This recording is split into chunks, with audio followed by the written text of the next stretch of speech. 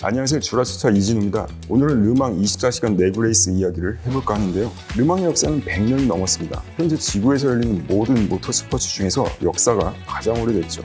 역사가 긴 만큼 르망에는 재미있는 일화가 많습니다. 그 중에서 정말 믿기 힘든 스토리가 있는데요. 우선 1952년으로 갑니다.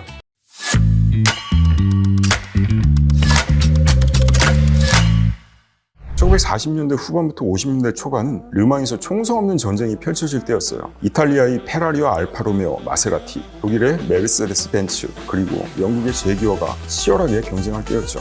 1952년 제규어는 연속 우승을 위해 많은 역량을 투입합니다. 세대의 C타입 경주차를 준비하고 뛰어난 드라이버를 영입하죠.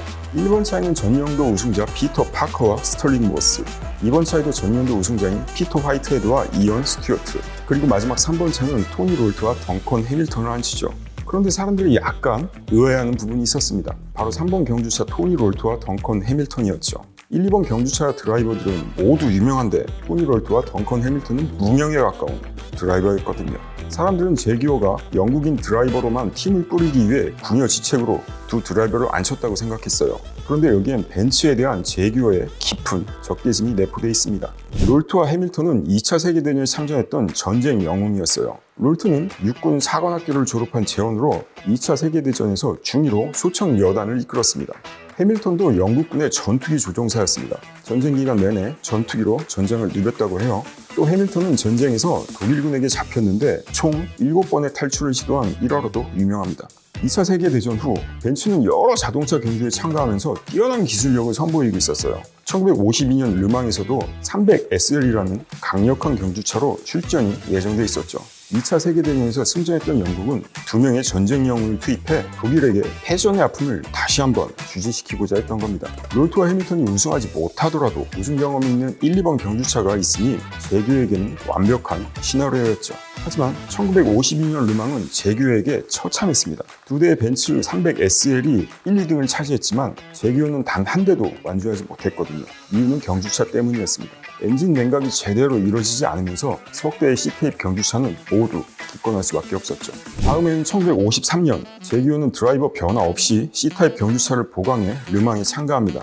문제가 됐던 엔진 냉각 장치를 수정하고 엔진 출력도 약간 더 높였죠. 브레이크 형식도 바뀌었는데요. 자동차 경주 역사에서 디스크 브레이크가 처음으로 등장한 것이었죠. 연습 주행과 예선에서 세대의 제규어 C타입은 예상대로 훌륭한 퍼포먼스를 보여줬습니다. 엔진이 안정적이었고 드라이버들의 컨디션도 좋아 보였죠. 그런데 아주 큰 문제가 발생합니다. 토니 롤트와 덩컨 해밀턴의 3번 차가 실격 처리되면서 결승전에 나갈 수 없게 되죠. 팀의 실수로 제규어의 2, 3번 차가 같은 번호를 달고 있었기 때문이었어요.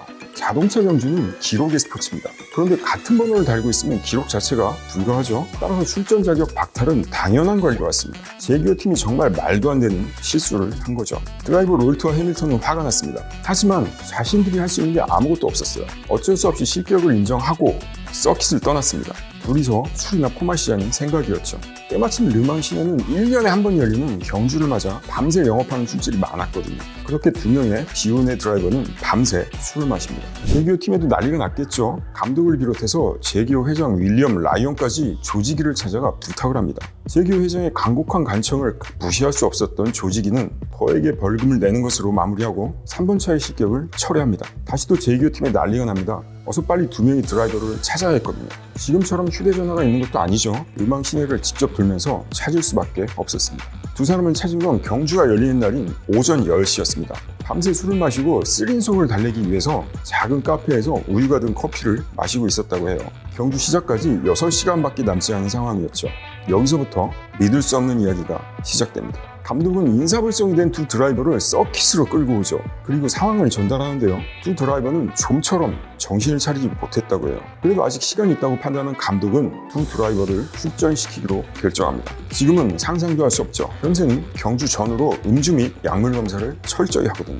제규어 감독 입장에서도 회장까지 나서서 다시 출전하게 됐는데 드라이버들이 술에 취해 출전하지 못하는 상황을 만들 수 없었던 겁니다. 참고로 윌리엄 라이언 회장은 영국 기사 자기까지 받은 사람이었어요.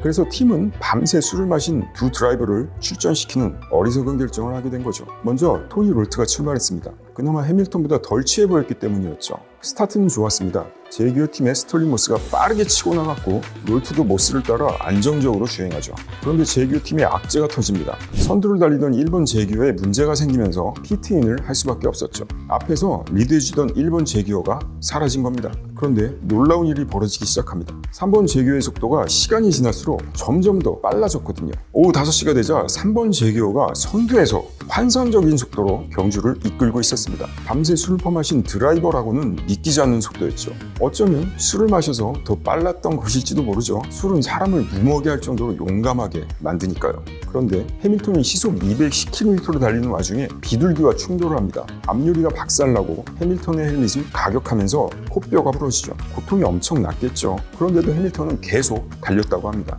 해밀턴은 경주에 집중해서인지 아니면 술에 취해서인지 고통을 느끼지 못했다고 해요. 기적이 일어납니다. 경주 당일 아침까지 밤새 술을 퍼마신 두 드라이버가 1953년 르망 24시간에서 우승을 차지하죠. 기록도 놀라웠습니다. 3번 제규어는 24시간 동안 서킷 304바퀴를 돌면서 2위를 4바퀴 차이로 멀찌감치 따돌렸죠. 평균 속도도 시속 170km로 르망 30년 역사에서 가장 빠른 속도를 기록했다고 합니다. 밤새 술을 마신 드라이버라고는 믿기 힘든 결과였죠. 제규어는 1, 2, 4위를 기록했고 1953년 르망을 완전 지배했습니다. 경주가 끝나고 토니 롤트와 감독은 술에 취해 있었다는 사실을 부인했어요. 그런데 먼 훗날 덩컨 해밀턴이 자서전에 이런 글을 적습니다. 경주 중 통제할 수 없을 정도로 손이 떨렸다. 숙취를 막기 위한 유일한 방법은 브랜디밖에 없었다.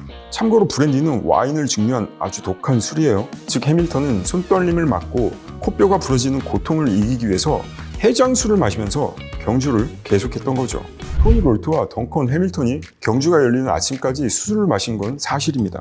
다만 그들이 술에 취해 경주에 임했는지는 명확하지 않죠. 역사는 두 드라이버를 챔피언으로만 기록하고 있으니까요. 두 드라이버는 인생 최고의 순간을 술과 함께 했고 덕분에 르망 100년 역사에서 가장 영화 같으면서 드라마틱한 스토리를 만들어냈죠. 오늘 술에 취해 르망에서 우승까지 한 두 명의 레이서 이야기 어떠셨나요? 이상 주라차차 이진우였습니다.